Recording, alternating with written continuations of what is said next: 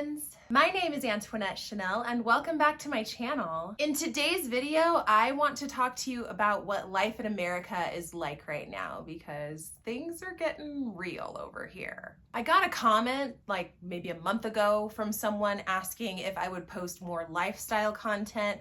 I would like to post more lifestyle content, but I'm trying to be strategic about how I do that because I also have a family and I'm not really trying to blow up my personal life necessarily, but I'll share what I can.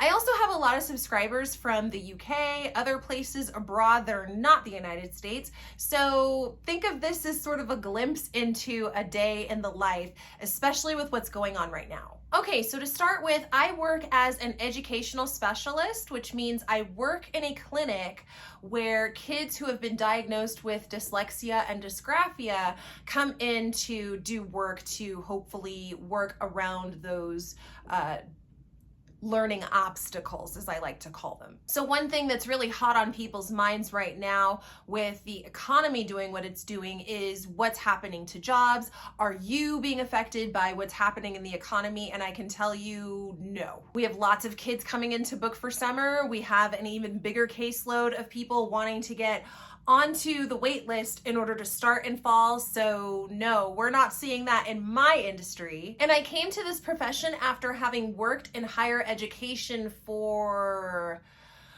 I think it's like 13 years that I spent working there. And so I was teaching as well as creating curriculum. And then in the end, I was working in the tutoring center of a community college. I had been wanting to leave the field of higher education for a little while just because I could see what was happening. I could see the trends. And then I think it was last summer, we got the word that FAFSA application, so that's the application that people fill out to get financial aid to attend school.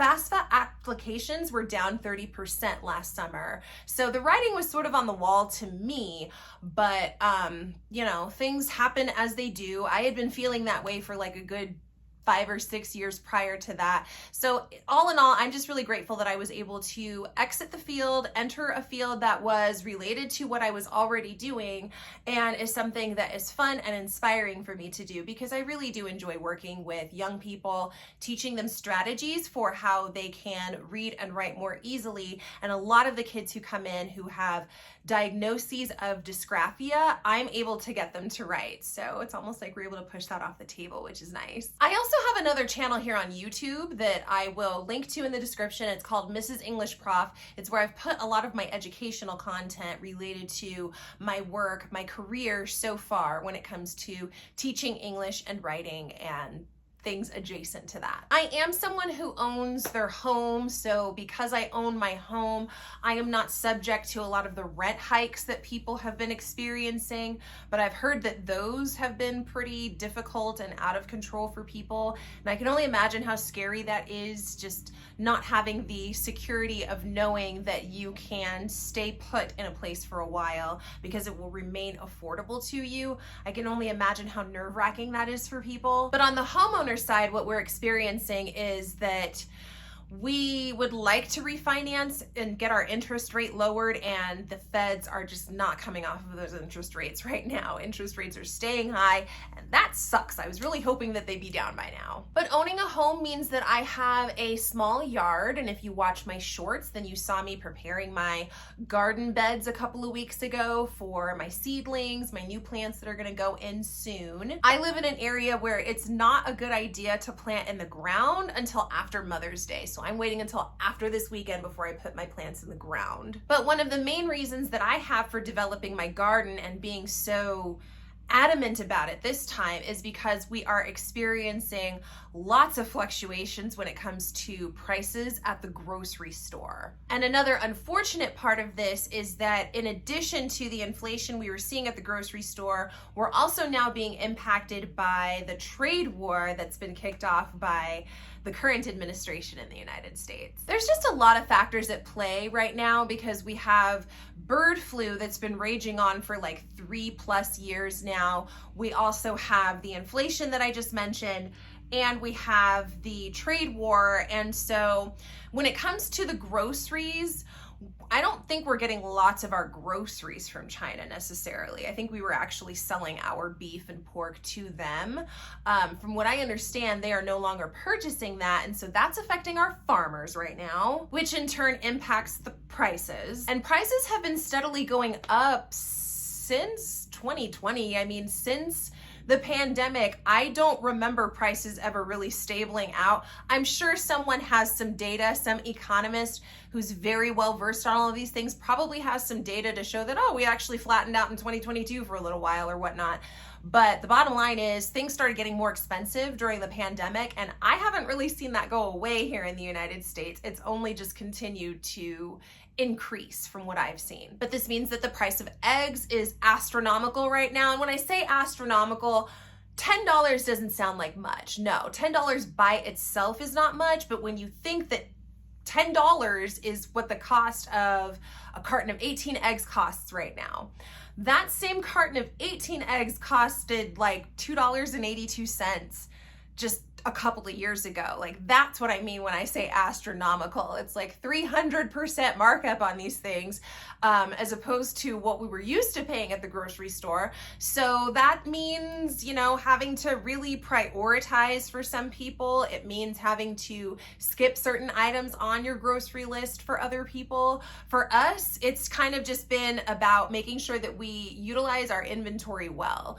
So the eggs that we do get, we make sure that we're using them well, we're eating them up, we're putting them to good use. And you know, the groceries that we're getting, we're putting them to good use, just trying not to waste anything right now, utilizing everything that we have. But the biggest thing that's happening right now outside of the grocery store is that consumer goods are going to become very hard to get in the United States very soon. So because of the trade war, we now don't have nearly the amount of ships sitting in our ports that we used to. And you can look at TikToks on this. There's plenty of videos, there's lots of content out there of people who live in places like Seattle and Oakland, Los Angeles, Boston. They can show you video of what the ports look like. Normally, United States ports are filled with ships. We get stuff coming in constantly. We are a consumer culture, so consumer goods are usually just on repeat here in the United States.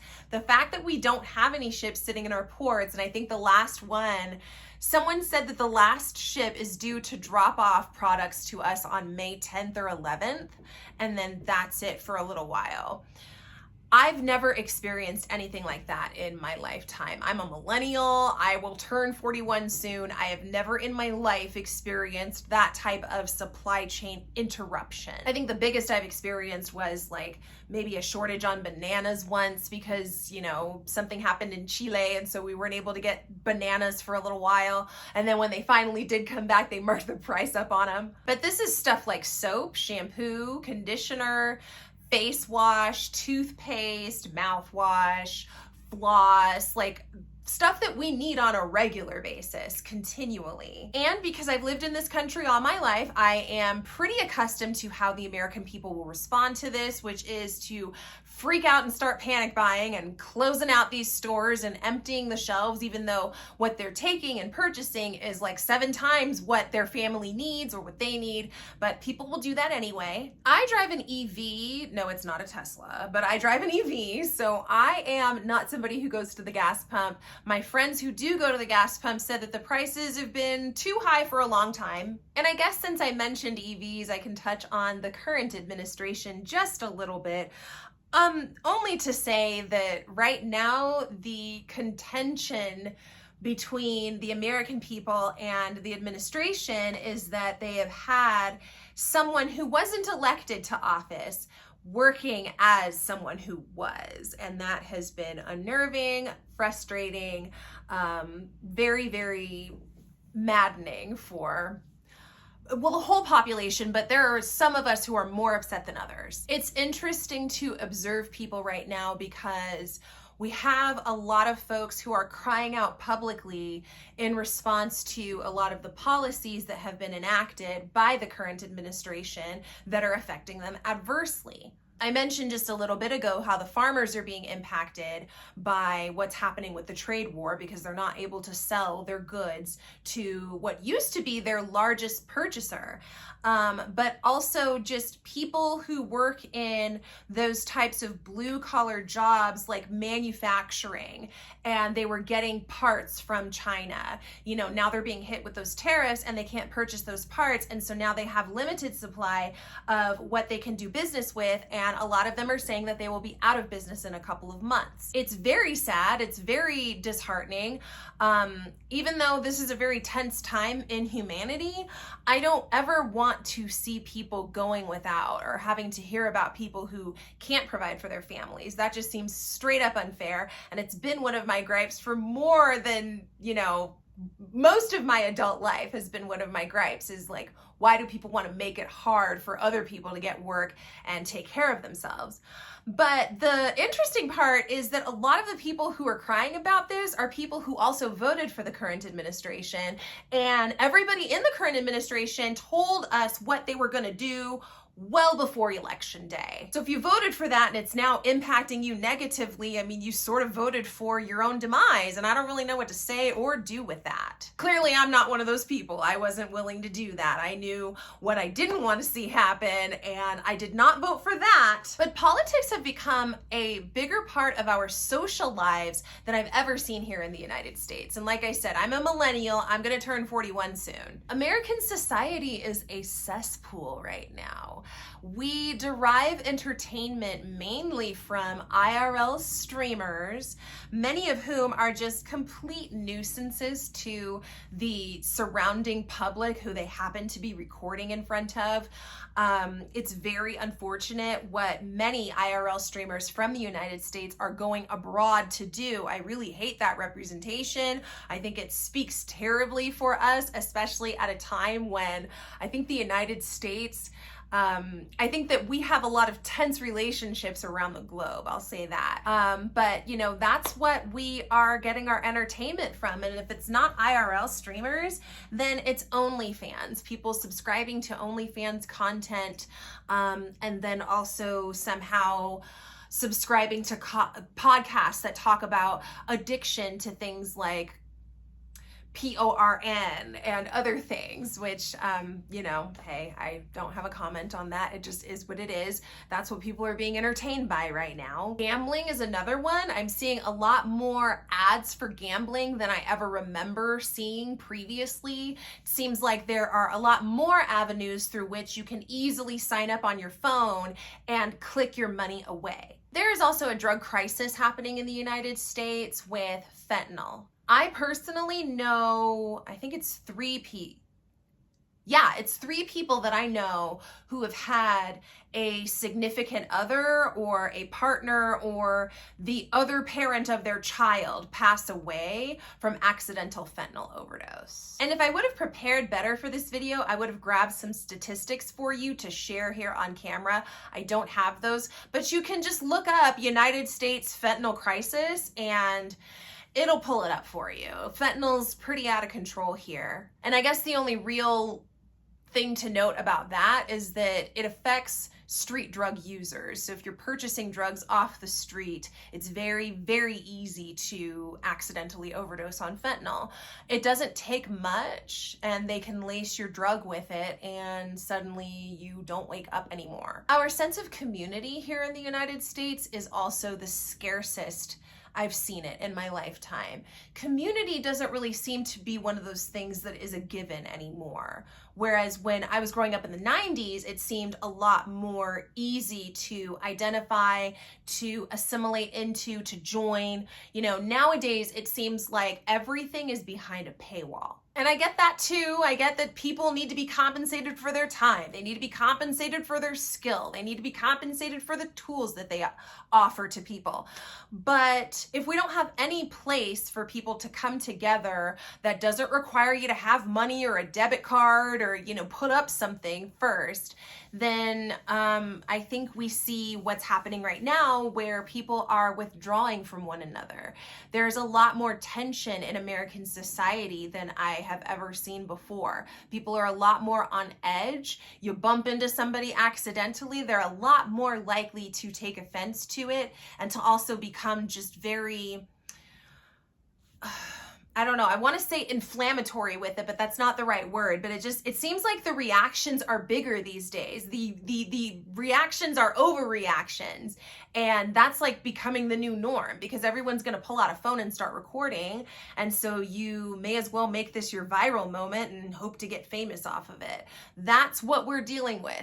Instead of people deciding that they want to apply themselves or learn things in school by going to college, we're seeing college enrollments drop because people are more interested in trying to go viral and get fame and riches that way. Think about the Hawk Tuah girl and how it didn't take long for her to go from Hawk Tuah virality to suddenly now she's shilling crypto coin. And that's really all anybody's interested in here in the United States anymore. I mean, greed and money obsession and just capitalism, because that's what those things are. They are all just pieces of capitalism. That has always been present in the United States. But now more than ever, people are just ruthless with the fact that they don't give a damn. How am I going to get paid? And so I think that's why instead of having communities here in the United States, we now have echo chambers. I talked about echo chambers in my video on parasocial relationships. I'll link to that one in the description as well. But these echo chambers are really just areas where people feel comfortable with spewing whatever their ideology is. And usually, the louder the echo chamber, the more just off the wall contrarian the ideology is. And truth be told, there is a revolution looming here in the United States. And if you are someone who pays attention to geopolitics, then you know this because the United States is about to have its 250th birthday in 2026. Most empires usually only last about 250 years before there's some sort of a regime change. So we're due for this here in the United States. And a really good book about all of this is The End of the World is Just the Beginning by Peter Neistat.